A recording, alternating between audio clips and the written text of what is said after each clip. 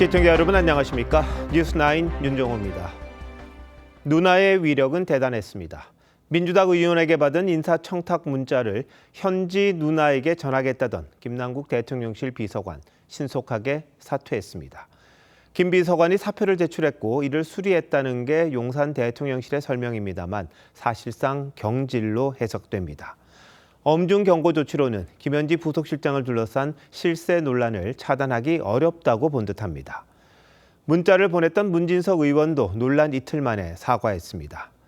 여권은 김 비서관 사퇴, 문 의원 사과로 이번 사태를 마무리 짓겠다는 분위기입니다만 야당이 여기서 그칠 것 같지는 않습니다. 먼저 최민식 기자입니다. 그동안 대통령 수석보좌관 회의에 참석해왔던 김남국 디지털 소통 비서관이 오늘은 모습을 보이지 않았습니다. 앞서 김 비서관은 사직서를 제출했고 대통령실은 이를 수리했습니다.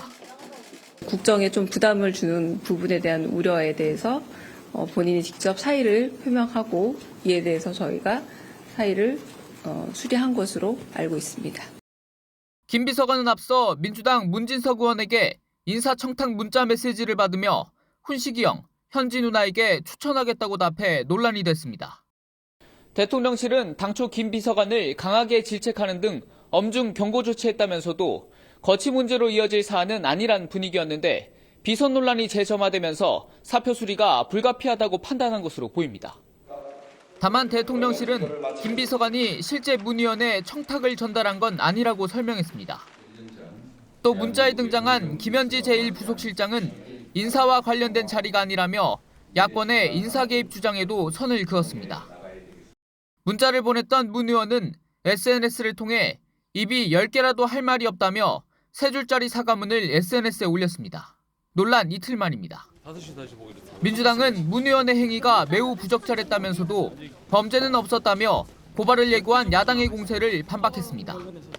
TV조선 최민식입니다. 문진석 의원과 김남국 비서관은 이재명 대통령과 같은 대학 출신으로 이른바 원조 친명으로 불렸던 측근 인사들입니다. 그런 김 비서관마저 김현지 부속실장에게 인사청탁을 하려 했던 정황이 나온 건데 야당은 김 비서관 사퇴를 김 실장까지 연결되지 않게 꼬리를 자르는 거라고 공격했습니다. 이태희 기자가 보도합니다. 20대 대선 당시 이재명 대통령 수행실장이었던 김남국 비서관은 이 대통령을 밀착 보좌해 왔습니다. 이렇게 가시면 됩니다. 아니요, 그런 말씀하신 적이 없고요. 아니요, 그 일부러 그렇게 받아내신 것 같고요. 문진석 의원 등과 함께 이른바 7인회를 구성해 대권 도전 과정에서 주축 역할을 해왔습니다. 어떻게 문진석 후보하고 경쟁이 된다는 것인지. 친명계 핵심 인사들이 인사청탁을 주고받는 과정에서 김현지 부속실장을 언급한 데 대해 국민의힘은 김 실장 실세설이 확인된 것이라고 주장했습니다. 장본인은 김 실장인데 왜 김 비서관만 쫓겨나느냐는 지적도 나왔습니다.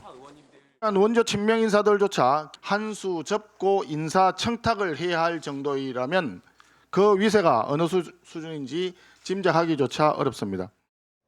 이 대통령이 대선 과정에서 약속한 특별감찰관을 즉각 임명해야 한다는 요구도 나왔습니다. 특별감찰관을 주십시오. 대통령이 불편해하고 김현지 부속실장이 두려워할 만한 인물로 특별감찰관을 지명하시면 됩니다. 국민의힘은 국회 청문회와 국정조사, 특검 등 모든 절차를 동원해 정치적 책임을 묻겠다고 했지만 다수당인 민주당이 거부할 경우 현실적으로 추진은 어렵습니다. 국민의힘 소속 이종배 서울시 의원은 문자를 주고받은 문 의원과 김 비서관 외에 문자에 등장한 강훈식 비서실장과 김현지 실장 등 4명을 위력에 의한 업무 방해 혐의로 경찰에 고발했습니다. TV조선 이태희입니다.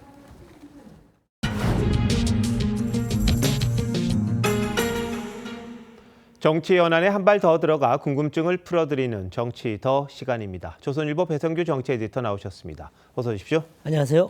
네, 오늘 다룰 주제는 뭡니까? 네, 현지는 건들지 마입니다. 예, 뭐 이름 이야기해서 좀 그렇긴 합니다만 인사청탁 파문으로 지금 보신 것처럼 김남국 비서관 사퇴했고 문진석 의원 뭐 당직 사퇴 이야기까지 나오긴 하더라고요. 근데 김현지 실장에게도 불똥이 튈까요? 불똥이 튈 수밖에 없는 상황이긴 한데 여권은 적극적으로 막고 있습니다. 당초 대통령실과 민주당은 엄중 경고로 매듭지을 방침이었습니다. 민주당 대변인도 범죄는 아니지 않느냐며 봉합하려 했는데요. 이 비판 여론이 계속 커지니까 김 비서관이 결국 사직서를 냈습니다. 문 의원도 지금 원내 수석 부대표 사퇴를 고민 중이란 말도 나오고 사과도 했지 않습니까? 이 두 사람은 이 대통령의 최측근 7인의 멤버이고 또 중앙대 선후배 관계이기도 합니다. 그런데 이번에 큰 타격을 입게 됐습니다. 하지만 김 실장 신변에는 아무 변화가 없습니다. 네. 김 실장에게 실제 청탁이 전달되지 않았다고 한 이유입니다. 김 비서관이 아마 책임지고 사퇴함으로써 김 실장에게 불똥이 튀는 것을 막은 듯한 모양새인데요. 이 야권에서는 김 실장에게 누를 끼친 책임을 물은 거냐, 만사 현통을 공개한 죄냐 이렇게 비판을 하고 있습니다. 네. 김 실장이 7인회보다 훨씬 힘이 센 거 아니냐 이런 얘기도 나옵니다. 네, 근데 모든 인사가 이제 김 실장을 통해서 한다 뭐 이런 말이 있었던 것도 사실입니다. 근데 이번 사태로 여권의 인사 난맥상이 좀 드러났다 이런 지적도 나오는데요. 네, 이 만사 현통 얘기는 이 김 실장이 총무비서관일 때 인사와 검증을 도맡아 했기 때문에 나왔던 말입니다. 근데 지금은 인사와 무관한 부속실장으로 옮겼는데도 또 인사청탁 얘기가 나왔다는 게 문제의 본질입니다. 자리를 옮겨도 만사현통은 여전한 거 아니냐 이런 비판이 나오는데요. 특히 민관협회장 자리까지 인사청탁이 오갔다는 건데 이러면 주요 공직은 어떻게 했느냐 이런 지적이 나오는 겁니다. 현 정부 출범 6개월이 지났는데요. 지금 현재 일부 공직과 공공기관장 인사가 계속 늦어지고 있습니다. 이 대통령실은 시스템에 따라 이루어지고 있다고 얘기는 합니다만 야당에선 김 실장이 인사를 틀어주고 있는 거 아니냐. 막후 인사청탁 실태를 조사하라고 맹공격을 퍼붓고 있습니다. 네. 자, 이런 측근들의 문제를 막으려면 이 특별감찰관 이게 필요하지 않습니까? 왜 안 됩니까? 네, 표면적인 이유는 국회가 추천을 하지 않아서입니다. 예전에 듣던 말 같네요. 그렇죠. 이게 윤석열 정부도 같은 얘기를 했는데요.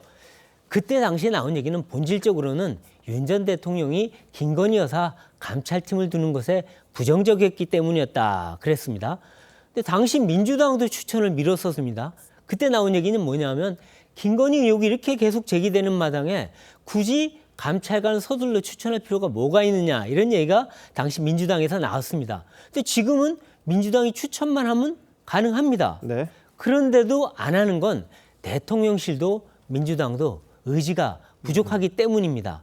국민의힘은 그게 다 김현지 때문 아니냐 이렇게 공격하고 있는데요. 예. 왠지 윤 정부랑 데자부가 느껴지지 않나 싶습니다. 네, 그런데 김 실장 얘기만 나오면 좀 대통령실이 민감하다 이런 얘기들이 돌곤 있습니다. 그렇습니까? 네, 이 여권에선 김 실장 얘기는 웬만하면 피하려고 합니다. 대통령실도 김 실장 관련 보도가 나오면 아주 민감하게 대응을 하고 있습니다. 총무비서관 때도 국감 출석을 끝까지 거부했지 않습니까? 이 야당이 김 실장 관련 현수막을 도처에 붙이자 여권은 현수막 금지법을 발의했습니다. 자기들이 내에서 실시했던 법입니다. 이 대통령도 현수막 규제 방안을 지시했습니다. 최근에. 이 야당은 김현지가 절대 존엄이고 금기어냐 이런 비판을 하고 있습니다. 네. 국감 전에 이제 총무비서관에서 부속실장을 자리를 옮겨가면서까지 뭐 못 그렇죠. 나오겠다 이런 말들이 있었던 거잖아요.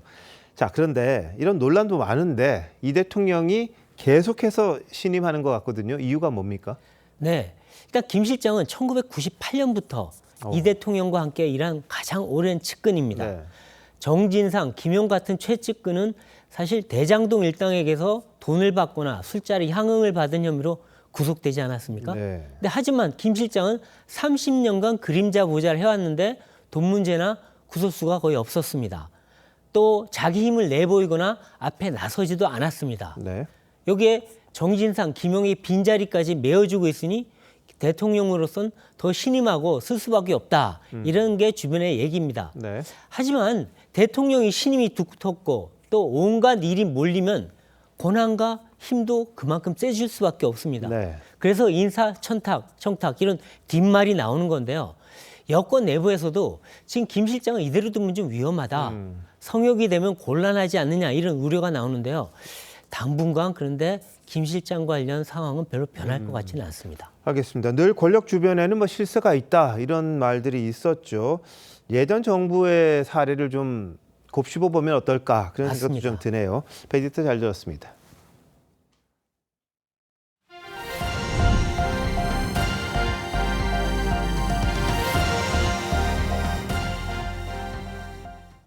비상계엄 1년이던 어젯밤 늦은 시각 국회 법사위에서는 범여권 주도로 내란 전담 재판부 법 왜곡죄 도입 법안이 순식간에 통과됐습니다. 많은 전문가들이 위헌 가능성과 부작용을 경고했지만 소수 야당이 막을 방법은 없었습니다. 국민의힘은 위헌 심판 청구를 하겠다는데 사법부 압박을 둘러싼 정치권 움직임, 이채림 기자가 취재했습니다. 밤 10시가 넘은 시각 야당 의원들이 반발하며 퇴장한 가운데 내란 전담 재판부 설치법이 법사위 전체 회의를 통과합니다. 가결되었음을 선포합니다. 외부위원이 전담 판사를 추천할 수 있어 사법권은 법원에 속한다는 헌법 101조 위반이란 지적이 끊이지 않았던 법안입니다. 판사 마음에 안 든다고 판사를 골라 쓰겠다라는 법인데 이런 삼권 분립 침해가 어디 있습니까? 조희대라는 그 오염원 때문에 법원 전체가 지금 다 오염되고 있어요. 감염됐어요. 이제 좀 빨리 벗어나야 됩니다. 재판이나 수사를 잘못한 판검사 등을 처벌하는 이른바 법 왜곡죄도 법사위 문턱을 넘었습니다. 사법부는 물론 법무부와 경찰까지 우려했던 법안입니다.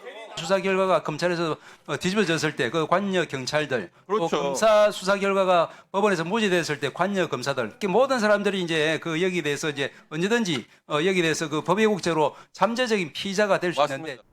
최장 90일 동안 수기할 수 있는 안건조정위원회는 법녀가 2시간 만에 종료시켰습니다. 국민의힘이 개최한 긴급 세미나에서 헌법학자들은 이재명 정부가 독재에 가까워졌다고 지적했습니다.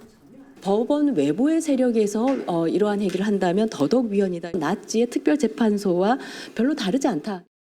법사위를 통과한 법안들은 이르면 오는 9일 본회의에서 처리될 걸로 보이는데 국민의힘은 통과 시 헌법재판소에 위헌 법률 심판을 제청할 방침입니다.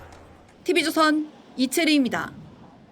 상황이 이쯤 되자 사법부도 대응에 나섰습니다. 마침 내일 1년에 2번 열리는 전국 법원장 회의가 예정돼 있는데 법원 행정처는 내란 재판부와 법 왜곡죄에 대한 판사들의 의견을 수렴해 오라고 요청했습니다. 전직 변협 회장들도 여당 법안에 반대하는 성명을 공동으로 냈는데 내일 사법부 움직임에 따라 상당한 변곡점이 될 듯도 합니다. 이광희 기자가 보도합니다.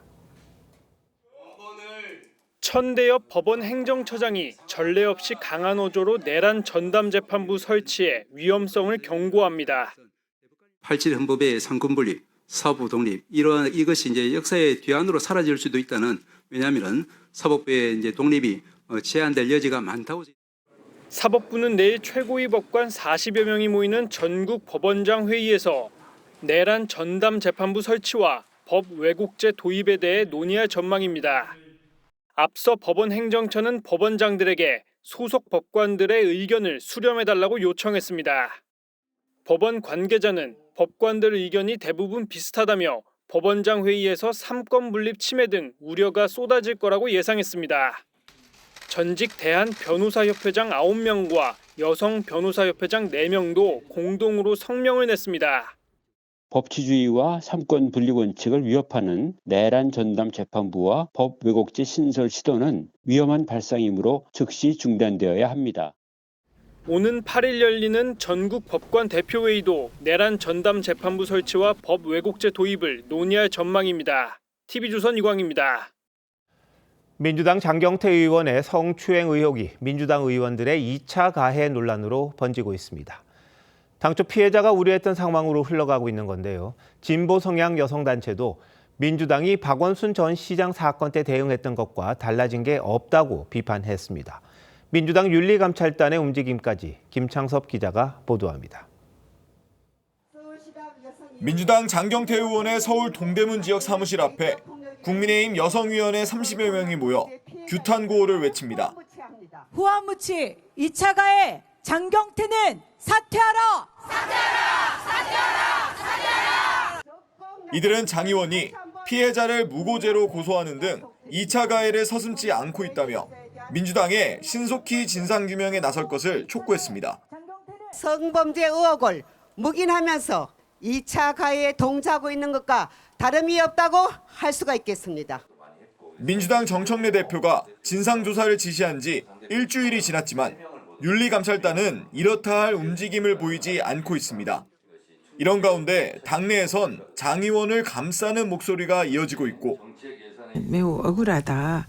사실이 아니다 이렇게 좀 호소를 하고 있고 또 그에 부응하는 증거도 상당히 이제 제시를 한 상황입니다. 2차 가해성 발언까지 나왔습니다. 이 여자가 어깨에 손 올리고 있는 거 못 봤어? 한국여성정치네트워크는 피해자가 밀착된 상황에서 몸을 의지하는 듯 보였다 할지라도 여성의 신체 부위에 손을 댄 건 명백한 성추행이라며 서 의원 발언은 심각한 2차 가해라고 지적했습니다. 또 박원수 사건 당시 민주당의 대응과 놀라울 정도로 동일하다며 민주당이 표리부동, 복지부동을 유지하고 있다고 비판했습니다. TV조선 김창섭입니다. 저희 TV조선이 장경태 의원의 성추행 의혹을 단독 보도해드린 이후 2차 가해성 발언이 이어지고 있습니다. 그리고 진영에 따라 피해자에게 피해자다움을 강요하는 그런 논란까지 일고 있는 그런 상황입니다. 오늘은 피해 당사자가 어렵게 스튜디오에 직접 나오셨습니다. 피해자의 신분 노출을 막기 위해 가림막을 설치하고 인터뷰한다는 점 먼저 말씀드리겠습니다. 어서 오십시오. 이 어려운 발걸음 해주셨는데요. 어제 경찰에서 고소인 조사를 받으셨다는 이야기를 들었습니다. 다시 떠올리기가 참 힘드시긴 할 텐데 1년 전 장경태 의원과의 술자리에서 어떤 일이 있었는지 먼저 시청자들께 짧게 설명 좀 해주시겠습니까? 작년 국정감사 기간 중에 비서관들의 술자리가 있었는데 장경태 의원님이 오셨고 제가 되게 취해 있어서 몸을 잘 가누지 못했는데 몸을 잘 가누지 못하는 저의 신체 여러 곳을 추행했던 사건입니다. 네, 그렇다면 장 의원이 신체 접촉을 분명히 했다는 말씀이시죠? 네, 분명히 있었습니다. 근데 이 부분은 지난달 고소장 제출하기 전에 이 동석했던 여성 동료들에게 정황을 확인받으셨다고 하던데 그렇습니까? 제가 전 남친이 상황을 목격하고 영상도 찍었고 제가 이제 고소장을 제출하기 전에 그 자리에 계시던 동료 비서관님들께도 확인을 받았습니다. 네, 근데 경찰이 지금 당시 영상을 확보하고 있는데 장경태 의원은 자꾸 영상을 저희 TV조선 보고 제출을 하라 이런 이야기를 하고 있는 그런 상황이기도 합니다. 근데 저희가 내보냈던 영상을 보면 아니 왜 거기에라고 언급하는 음성이 분명히 있습니다. 근데 장 의원은 악의적 편집이라고 주장하는데 본인 음성 맞습니까? 저는 제 목소리를 알아들을 수 있잖아요. 그 영상에는 TV조선에서는 아니 왜 거기에라까지만 나왔는데 들어보면은 아니 왜 거기에뿐만 아니라 뒤에 안 돼요라는 말까지 녹음이 되어 있거든요. 그러니까 술에 많이 취해 있긴 했지만 네, 반사적으로 안 된다는 말이 나온 것 같습니다. 네. 그런데 사건이 있은 지 이제 1년이 지난 시점에서 고소를 하셔서 왜 지금 하느냐 이런 말을 합니다. 장경태 의원은 정치적 의도를 언급해서 지금 드린 질문인데요. 왜 지금 하신 거죠? 그 당시에는 그 남자친구의 신상에 불이익을 주겠다고 하여 고소를 못했었고요. 그리고 권력이 있으신 국회의원을 상대로 고소를 하는 것이 부담이 됐고 고소를 했을 때 그 상황을 상상을 했을 때 너무 좀 무서웠고요. 그러다가 최근에 그 자리에 있던 선임 비서관에게 성폭력을 당했는데요. 근데 그 선임 비서관이 작년에 장경태 의원 사건도 본인의 성폭력도 모두 제가 술에 취해서 마치 제가 술을 마시고 문제를 일으켰기 때문이라고 비난을 했다고 제가 들었거든요. 거기에 더해서 그 선임 비서관님이 다른 여성에게도 성범죄를 저지른 혐의가 있다는 사실을 알게 되었고요. 그리고 저는 더 피해자가 늘면 안 되겠다는 생각이 들어서 좀 용기를 내어 고소하게 되었습니다. 네.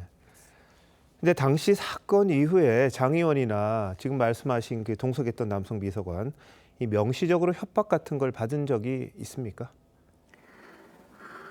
그 선임 비서관이 장경태 의원의 뜻이라며 이제 보도를 무마시키려고 하였거든요. 사건화 시키지 말자고.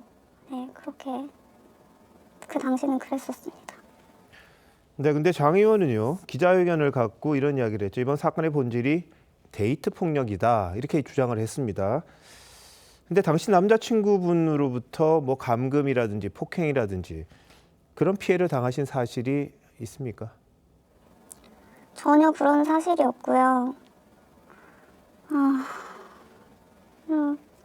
제가 다음날 숙취로 출근을 못했는데 이제 그 상황을 그 장경태 의원님이 어떻게 그거를 파악을 하고 이거를 마치 감금이나 폭행을 당해 못 나온 것처럼 주장을 하시면서 데이트 폭력이라고 하시는데 그게 무고가 아닌가 하는 생각이 듭니다. 네.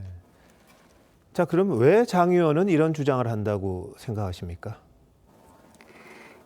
장경태 의원님이 저를 추행하는 것을 남자친구가 보고 이제 화를 내면서 고소를 하라고 계속 주장을 그때 했었거든요.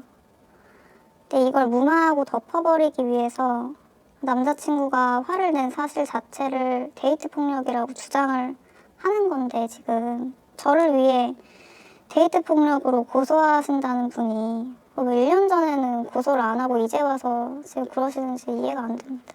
네. 근데 이번 사건이 언론에 공개된 다음에요. 피해자분께서 겪을 수밖에 없는 이 상황들이 좀 있었습니다. 어제 장 의원은 이런 이야기를 했어요. 법사위에서. 피해자가 본인을 끌어당겨서 짚을 수밖에 없었다. 이런 취지로 말을 했습니다. 또 민주당 일부 의원들은 피해자가 장 의원 어깨에 손을 올리고 있는 부분을 또 강조했습니다. 이런 주장이 있다 보니까 우리 피해자 심경에 대해서도 좀 여쭤봐야 될 것 같거든요. 이 말은 어떻게 받아들이셨습니까? 네, 이건 정말 참담했고요.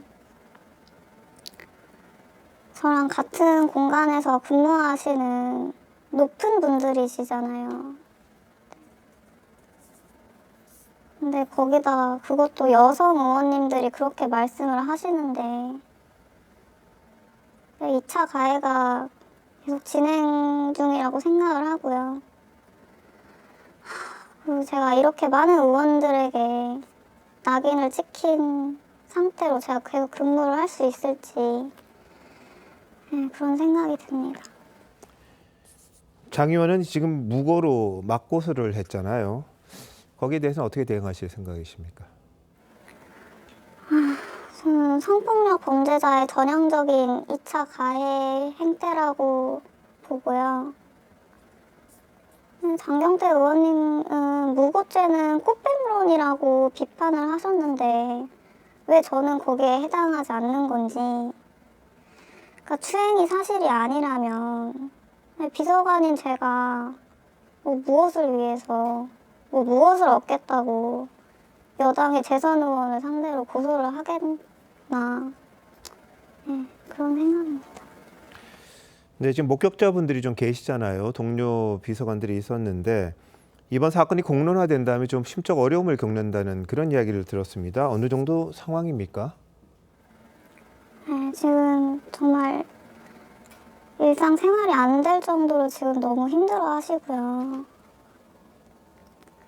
그리고 SNS에 발언을 좀 유리한 대로 편집해서 올리고 있으신데 이게 저뿐만이 아니라 전방위적으로 지금 압력을 가하고 있다고 들었는데요.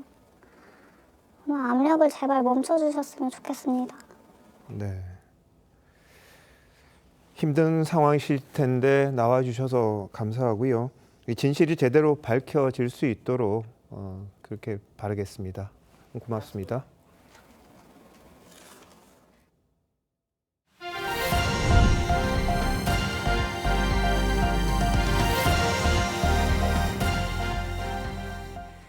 퇴근 시간대 수도권과 강원에 많은 눈이 내렸습니다. 서울에도 첫눈이 내리면서 한때 대설주의보가 발효되기도 했습니다. 내일 아침 출근길 조심하셔야겠습니다. 경복궁 앞에 취재기자 나가 있습니다. 이상배 기자, 현재 상황은 어떻습니까? 네, 서울에는 첫눈이 내리기 시작한 지 3시간이 지난 상황입니다. 현재는 잠시 소강 상태를 보이고 있지만 보시는 것처럼 주변이 온통 눈으로 뒤덮여 있는 상황입니다. 오늘 밤까지 6cm의 눈이 내릴 것으로 전망되는데요. 천둥, 번개와 돌풍까지 동반하면서 퇴근 시각 교통 정체가 극심하게 빚어지기도 했습니다. 현재 지면이 녹았다 얼었다를 반복하고 있어 밤새 기온은 더 떨어질 것으로 보이는데 내일 아침 출근길에는 빙판길도 주의하셔야겠습니다. 오후 6시를 전후해 수도권과 강원 지역에 시간당 1에서 3cm의 많은 눈이 집중적으로 내리기 시작했습니다. 오늘 눈은 서울과 수도권에 2에서 6cm, 충청과 전라, 경상권에 1cm 안팎이 쌓일 것으로 보입니다. 대설 예비특보가 내려진 경기 북동부와 강원 북부에는 최대 8cm의 눈이 예상됩니다. 서울의 첫눈은 평년보다 2주, 지난해보다 8일 늦게 찾아왔습니다. 서울시는 오후 2시부터 강설 대응 1단계를 발령하고 제설 비상근무에 돌입했습니다. 행안부도 오후 6시를 기해 대설 위기경보를 관심에서 주의로 상향하고 중앙재난안전대책본부 1단계를 가동했습니다. 내부순환로 사근 성산구간 양방향을 비롯해 북부 간선도로 등 서울 시내 주요 도로들도 속속 통제되고 있습니다. 이번 주 들어 본격화된 강추위는 내일도 이어져 내일 아침 서울 영하 6도, 대전 영하 4도, 철원 영하 11도 등 전국 대부분 지역이 영하의 추운 날씨를 보이겠습니다. 이번 주 내내 이어진 한파는 주말부터 풀릴 전망입니다. 서해에서 비교적 따뜻한 서풍이 불며 토요일부터는 평년 기온을 웃돌 전망입니다. 주말 들어 중부지방에 또 한 차례 비나 눈이 예상되지만 야외 활동에 지장을 줄 정도의 많은 양은 아니라고 기상청은 내다봤습니다. 지금까지 경복궁에서 TV조선 이상배입니다. 오늘도 전국이 영하권이었습니다. 특히 강원 철원의 기온은 영하 19도까지 떨어졌는데 너무 추운 나머지 폭포가 그대로 얼어붙었습니다. 계속해서 이승훈 기자입니다.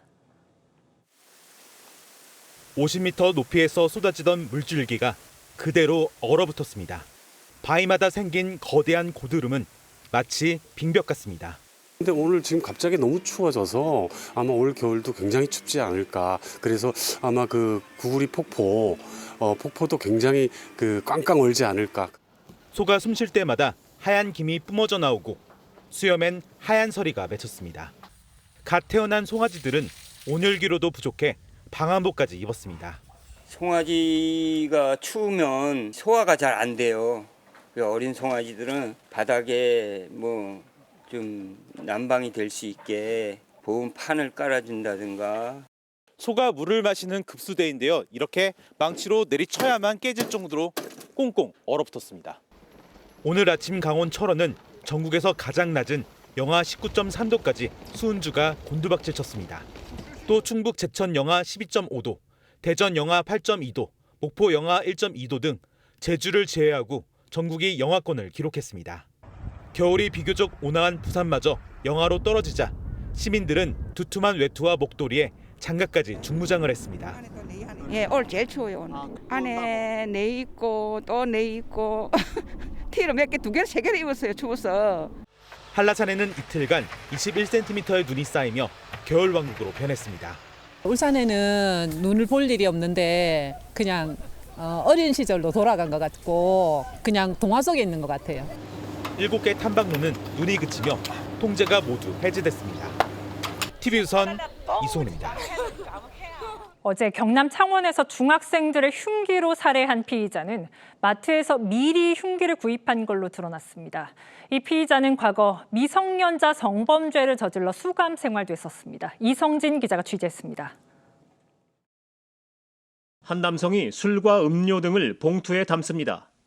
구입한 물품들 가운데는 흉기도 있습니다. 번화가 골목을 따라 모텔로 향하는 남성. 잠시 후 구급차와 순찰차가 잇따라 출동합니다. 남성은 구입한 흉기로 모텔에서 15살 남녀 중학생 2명을 살해하고 1명에게는 중상을 입혔습니다. 피의자는 경찰관들이 출입문을 두드리자 8m 높이 범행 장소에서 창밖으로 뛰어내렸습니다. 경찰 조사 결과 남성은 범행 전 여중생 2명을 모텔로 불렀습니다. 2주 전 오픈 채팅방을 통해 알게 된 사이인데 범행 전 한 번 만난 적도 있었습니다. 숨진 여학생을 마음에 두고 있던 남성은 함께 온 친구를 나가라고 했습니다. 밖으로 나온 숨진 여학생의 친구는 객실에서 쿵 소리가 들리자 남학생 2명에게 연락을 했습니다. 친구는 모텔에 찾아온 남학생들과 다시 객실에 들어갔는데 이후 남성은 숨진 여학생과 남학생들에게 흉기를 휘둘렀습니다. 경찰은 남성과 친구가 나눈 전화통화 내용에 주목하고 있습니다. 남자친구가 없는 줄 알았는데 남자친구가 있더라. 그거를 알게 되었다. 분노해서 범행을 한 것 같다. 남성은 2019년에도 미성년자를 상대로 성폭력을 저질렀다 5년간 수감 생활을 마치고 최근 출소한 것으로 파악됐습니다. 엄청난 충격이죠. 한창 애들이 젊은 애들인데. 경찰은 피의자인 남성이 숨지면서 공소권 없음으로 사건을 종결할 예정입니다. TV조선 이성진입니다. 54살 김영우, 청주에서 50대 여성을 살해하고 시신을 유기한 피의자입니다. 40일 넘게 범행을 숨겨온 김영우는 걸리는 날이 올 거라고 생각했다고 말했습니다. 김다로 기자입니다. 모자와 마스크로 얼굴을 가린 남성이 수사관들에 둘러싸인 채 경찰 호송차에 오릅니다. 평생 안 걸릴 거라고 생각하셨나요? 아니요. 그럴 날이 올 거라고 생각을 하고 있었습니다. 40일 동안 마음은 어떠셨어요? 지옥가드 같았습니다. 전 연인이었던 50대 여성을 살해하고 시신을 유기한 54살 김영우입니다. 경찰은 범죄의 잔혹성 등을 고려해 김영우의 얼굴과 나이를 공개했습니다. 김영우는 지난 10월 14일 오후 피해자의 집 앞에서 진천의 한 노상주차장까지 피해자의 차량을 함께 타고 간 뒤 흉기로 살해했습니다. 다른 남자를 만난다는 이유에서입니다. 이후 김영우는 피해자의 시신을 차량 트렁크에 싣고 회사에 출근하는가 하면 번호판을 직접 제작해 여성의 차량에 바꿔 달며 범행 은폐를 시도했습니다. 차량은 범행 43일 만에 충주호에서, 시신은 그 다음 날 음성의 거래처에서 발견됐습니다. 성실하게 일 잘하시는 분인데 잡혀갔다고 그러니까 직원들이 다 놀래가지고 지금 그런 상태입니다. 피해자가 사라진 지 이틀 뒤 가족들은 범행을 우려해 경찰에 신고했지만 경찰은 2주 뒤에나 김영우를 조사하기 시작해 이번 사건은 자칫 장기 미제로 남을 뻔했습니다. 경찰은 더 이상 참혹한 범죄 피해 기억을 떠올리고 싶지 않다는 유족들의 의견에 따라 사건 브리핑을 취소했습니다. 김영우는 진단검사 결과 사이코패스는 아니라는 결과가 나왔습니다. TV조선 김다로입니다. 동덕여대가 남녀공학 전환을 공식 발표한 뒤 캠퍼스 긴장감이 다시 높아지고 있습니다. 일부 학생들의 항의가 잇따르고 온라인에는 협박글까지 올라왔습니다. 1년 전 내용이 반복될 거란 우려가 나옵니다. 박재훈 기자입니다. 캠퍼스 곳곳이 빨간색으로 물들어 있습니다.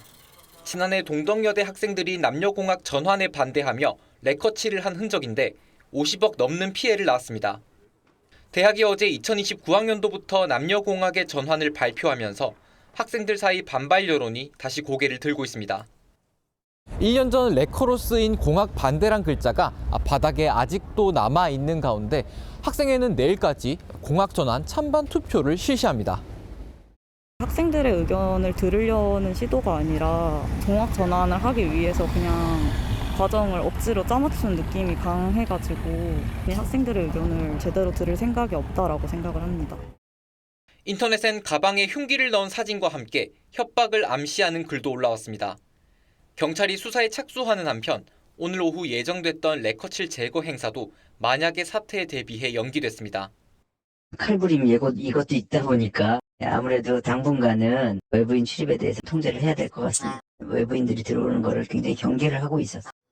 학생들 반발에 학내 긴장감이 높아지자 대학 측은 남녀공학 전환 설명회를 여는 등 학생들과 적극적인 소통에 나선다는 방침입니다. TV조선 박재훈입니다. 쿠팡 고객정보 유출 사태는 중국인 전 직원의 소행으로 의심됩니다. 이 전직 직원은 쿠팡 서버에 중국이 아닌 싱가포르 IP로 접근했습니다. 수사망에 혼선을 주기 위한 거란 해석입니다. 박상현 기자의 단독 보도입니다. 쿠팡의 고객 정보를 유출한 것으로 지목된 중국인 전 직원 A씨. 퇴사 후 중국에서 쿠팡 서버에 접근해 정보를 빼간 것으로 추정되고 있습니다. 그런데 정보 유출에 사용된 IP 주소가 중국이 아닌 싱가포르인 것으로 확인됐습니다. 민관합동 조사단 관계자는 쿠팡 서버를 공격한 IP 중 하나가 싱가포르에서 접속한 것으로 확인됐다며 용의자를 특정하기 위해 해당 IP를 추적하고 있다고 전했습니다. 전문가들은 중국에 머물고 있던 유출 용의자가 인터넷 연결을 다른 국가 서버로 우회시키는 일명 VPN을 이용해 서로 다른 여러 개의 나라에서 접속한 것처럼 쿠팡 서버에 접근한 것으로 보고 있습니다.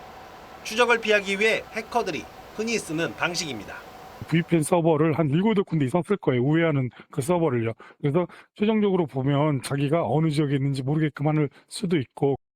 접근 경로를 확인했다 하더라도 퇴사자인 A씨가 어떻게 서명키를 확보했는지는 의문입니다. 서버 접근에 꼭 필요한 서명키는 외부 반출이 쉽지 않고 쿠팡 내에서도 극히 일부 개발자만 접근할 수 있습니다. 조력자의 가능성은 뭐든지 불가능한 건 아니겠지만 누군가의 협력을 일탈행위야 어차피 조직 내에도 있을 수 있는 거니까 조사가 돼야 될 것 같아요. 이런 가운데 방송미디어통신위원회는 고객들의 원성을 사고 있는 복잡한 쿠팡 탈퇴 과정에 대해 위법한 내용이 있는지 긴급 조사에 들어갔습니다. TV조선 박상현입니다. 쿠팡이 중국 IT 개발 인력들에게 장악됐다는 의혹도 있습니다. 중국의 대형 유통업체 시스템을 그대로 접목하는 과정에서 중국 인력이 대거 채용됐을 가능성이 높다는 겁니다. 쿠팡 측은 아니라면서도 인력 구성은 공개하지 않고 있습니다. 정은하 기자입니다. 중국의 한 채용 정보 사이트에 올라온 쿠팡의 구인 공고입니다. 개발자의 경우 최소 7년 이상 관련 분야 경력을 요구하고 있습니다. 근무지는 베이징과 상하이, 그리고 서울입니다. 사이트에는 쿠팡이 좋은 복지와 안정적인 급여가 보장된 기업이라며 추천하는 글이 상당수 올라와 있습니다. 이번 유출 사태 직후 직장인 익명 커뮤니티엔 쿠팡의 IT 인력 절반 이상이 중국인이라는 글도 올라왔습니다. 해당 걸 보셨습니까? IT 인력의 전반 이상이 중국인이고 매니저는 여기가 90%라고 폭로를 했어요. 아니요, 전혀 사실이 아닙니다, 위원님. 이 사실 아니에요? 한국인이 압도적인 비율로 많습니다. 쿠팡의 반박에도 불구하고 채용 사이트에는 쿠팡의 알리바바 출신 직원들이 많이 근무하고 있다고 소개합니다. 업계에서는 쿠팡이 중국 유통업체 알리바바와 사업 구조가 비슷한 점을 이유로 꼽습니다. 당초 이커머스 자체에 집중한 아마존을 모델로 출범했지만 알리바바처럼 음식 배달이나 OTT 서비스 등으로 사업을 확장하면서 중국 개발 인력이 필요했다는 겁니다. 알리바바 같은 경우는 중국에서 거대 유통기업으로 온오프라인뿐만 아니라 배달 서비스까지 같이 하고 있습니다. 경험이 풍부해서 쿠팡이 좀 수요가 있을 것 같습니다. 이런 논란에도 쿠팡 측은 직원들의 국적 분포를 밝히기는 곤란하다는 입장을 고수하고 있습니다. TV조선 정은하입니다. 부모 찬스로 비싼 아파트를 물려받고서는 세금은 제대로 내지 않는 편법이 교묘해지고 있습니다. 그래서 국세청이 칼을 빼들었습니다. 한강벨트의 아파트 증여 사례들을 전수조사하기로 했습니다. 송병철 기자가 보도합니다. 서울 강남구의 한 아파트 단지. 이 아파트를 아버지에게 증여받은 A씨는 아파트 가치가 39억 원이라며 증여세 신고를 했습니다. 하지만 실제 시세는 60억 원이었습니다. 평소 아는 감정평가 법인을 통해 가치를 시세의 65% 수준으로 떨어뜨려 증여세를 크게 줄인 겁니다. 20% 이상 낮추면은 시가 대비해서 그러면 국세청에서 다시 감정을 할 수가 있어요. 감정해가지고 그 감정가로다가 과세를 하고. 이처럼 축소 신고가 잇따르자 국세청은 가족 간 아파트 증여를 전수조사하기로 했습니다. 강남 4구와 마포, 용산, 성동에서 이뤄진 증여 2,077건입니다. 특정 지역 전체의 증여를 조사 대상으로 하는 건 처음입니다. 특히 부모의 대출까지 함께 넘기는 부담부 증여를 집중 점검할 예정입니다. 실제로 B 씨는 증여받은 아파트의 대출을 자신의 월급으로 갚는 것처럼 소명했지만 부모가 생활비 등을 주고 있었습니다. 시가대로 적절히 신고하였는지 검증하고 부담부 증여 등 채무를 이용한 편법 증여가 의심되는 건에 대해서는 정밀 점검하여 탈루 혐의가 있는 경우 철저히 세무조사하겠습니다. 올해 들어 10월까지 아파트 증여는 7,700여 건으로 3년 만에 가장 많았고 미성년자 증여는 한강벨트에 집중돼 있습니다. TV조선 송병철입니다. 오세훈 서울시장이 종묘 앞 세운지구 재개발을 계획대로 추진하기 위해 여론전에 다시 나섰습니다. 1타 시장이라는 제목의 영상을 띄우고 세운지구 주민들을 만나 소통한 겁니다. 구자연 기자가 보도합니다. 어디에 있고 배경은 오세훈 서울시장이 흰 셔츠 차림으로 칠판 앞에 섰습니다. 자신의 SNS에 1타 강사를 본따 올린 1타 시장이란 동영상인데 종묘 앞 세운지구 재개발을 둘러싼 논란을 해명하는 내용입니다. 정부를 향해선 날을 세웠습니다. 세계유산으로서의 종묘가 취소될 수 있다. 일종의 불안감을 조성한다고 저는 생각을 합니다. 세운지구를 방문해 주민들과 만나 재개발의 필요성도 강조했습니다. 영향평가를 받으려면 요건이 있습니다. 이 세운 4구역은 지금 현재 명백히 그 구역 밖에 있습니다. 사업 추진의 희망을 보고 있는데 국가유산청, 정치인들이 세계유산 영향평가를 받으라고 강요하고 있습니다. 김건희 특검이 정치자금법 위반 혐의로 기소한 지 사흘 만에 여론전에 나선 겁니다. 오 시장을 향한 여권의 비판도 계속되고 있습니다. 시장님께서는 어떤 의견이나 제안을 자꾸 이제 그 정쟁으로 몰고 가서 갈등을 만드셔요. 시민들이 피곤하거든요.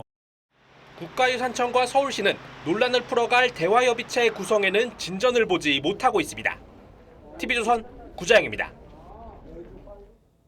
이재명 대통령이 어제 외신 간담회에서 대한민국 정부가 정전협정에 참여하지 못한 이유를 설명한 게 뒤늦게 논란입니다. 미군에게 군사지휘권을 양보했기 때문으로 보인다고 말했는데 역사책에는 뭐라고 쓰여 있을까요? 참여하지 못한 게 아니라 안 한 거로 돼 있다는데요. 최홍국 기자가 사실 여부를 취재했습니다.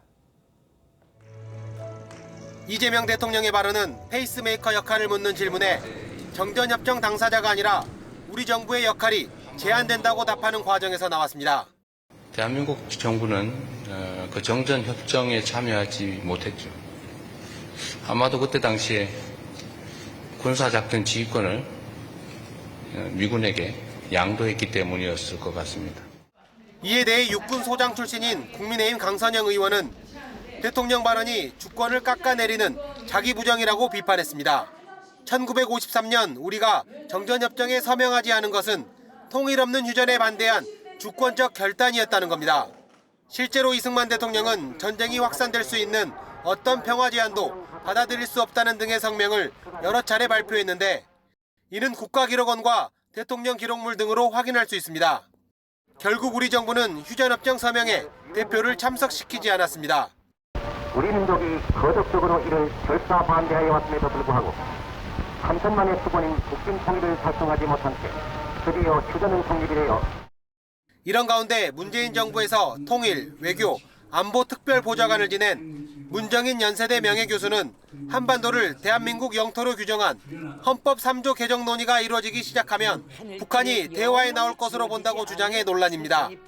북한과의 대화를 위해 대한민국의 정체성까지 부정하자는 거냐는 비판이 나옵니다. TV조선 최원국입니다. 러시아 우크라이나 전쟁 이후 우크라이나의 많은 어린이들이 실종 상태입니다. 그런데 러시아에 납치된 우크라이나 어린이 일부가 북한에 끌려가 수용소 생활을 하고 있다는 증언이 나왔습니다. 장동욱 기자입니다. 미 상원 청문회에서 우크라이나 변호사가 사라진 현지 어린이들의 사진을 들어 보입니다. 12-year-old Misha from the occupied Donetsk region. And in this one, 16-year-old Lisa from occupied Simferopol. They were sent to the Sondovon camp in the North Korea. 최소 2명의 어린이가 러시아군에 납치된 뒤 북한 수용소까지 끌려갔다는 설명인데 우크라이나 아동이 북송됐다는 폭로가 나온 건 이번이 처음입니다. Children were taught to destroy Japanese militaries and mad Korean veterans who in 1968 attacked the United States ship Pueblo. 러시아에 의해 실종된 아동들이 벨라루스, 북한 등지의 수용소로도 보내져 러시아 동화 교육을 받고 있고 이런 수용소가 165곳에 달한다고도 했습니다. 지난 2022년 러시아군의 침공 이후 강제로 끌려간 우크라이나 어린이는 최소 2만여 명, 최대 30만 명으로 추산됩니다. нас в школе была щенлевка, проезжала нас, заставляла одевать российскую форму, по утрам выдавала тесты и заставляла спевать. 앞서 국제형사재판소는 아동 납치 관여 혐의로 푸틴 러시아 대통령의 체포영장을 발부했습니다. 하지만 러시아는 아이들을 구출한 것이란 주장을 되풀이하고 있습니다. Каждый голос, отданный за резолюцию, это поддержка лжи, войны и конфронтаций. 러시아의 반발에도 유엔 총회에선 우크라이나 납치 아동의 송환을 촉구하는 결의안이 91개국 찬성으로 채택됐습니다. TV조선 장도입니다.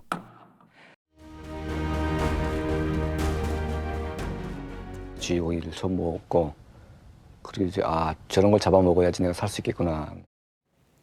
북한 정치범 수용소는 단순한 감옥이 아닙니다. 사람이 벌레보다 못한 존재로 떨어지는 곳. 그 끔찍한 공간에 우리 국민이 갇혀 있습니다. 너는 여기서 살아서 나갈 줄을 생각지도 말라. 지옥에 들어온 것 같아요. 2017년 북한에 체포됐다 풀려난 김학송 선교사는 그 지옥을 체험했습니다. 지금도 선교사 등 6명의 우리 국민이 북한에 억류돼 있습니다. 재판도 외부 접견도 생사 확인조차 없이 그저 사라진 존재가 됐습니다. 특히 어제 그걸 확인했습니다. Kim Jong-uk, sentenced to life of hard labor, May 2014. Kim Kuk-gi, life of hard labor, June 2015. Chae Chong-gil, life of hard labor, June 2015. 이 처음 듣는 얘기인데 한국 국민이 잡혀 있다는 게 맞아요? 대통령도 모르는 국민, 가족들은 참담합니다. 도대체 국가는 어디 있냐고. 억류된 건 6명만이 아닙니다. 지난 70여 년간 최소 5만 명의 국군 포로들도 방치됐습니다. 3명의 대통령이 북한을 찾았지만 국군 포로란 단어는 금기어였습니다. 다른 나라도 그럴까요? 미국은 어떤 경우에도 자국민을 적국에 놔두는 법이 없습니다. So I just want to say this is a special night. 2018년 미국계 한국인 3명을 구하기 위해 폼페이오 미 국무장관이 직접 나섰습니다. 빌 클린턴, 지미 카터, 전직 대통령도 특사 역할을 마다하지 않았습니다. 拉致問題の進展がなければ国交正常化交渉に入れませんから。 일본도 북한에 납치된 자국민 송환에 혼신의 힘을 기울였습니다. 김정일이 직접 일본에 사과하고 납북자 17명 중 5명을 귀국시켰습니다. 그런데 우리는 대북전단 살포에 대해 북한에 사과할 뜻은 있다는데 우리 국민 억류에 대해서는 항의할 생각이 없어 보입니다. 물론 긴장 완화 필요합니다. 하지만 그보다 먼저 국가가 반드시 해야 할 일이 있습니다. 국민의 생명과 안전을 지키는 것. 그게 바로 국가가 있는 이유입니다. 어떤 대북 정책보다 우선해야 합니다. 대통령은 지금 북한에 있는 6명의 이름을 가장 먼저 불러야 합니다. 그리고 단호하게 요구해야 합니다. 우리 국민을 즉각 송환하라고. 12월 4일 윤정호 앵커 칼럼. 국가는 왜 있는가였습니다.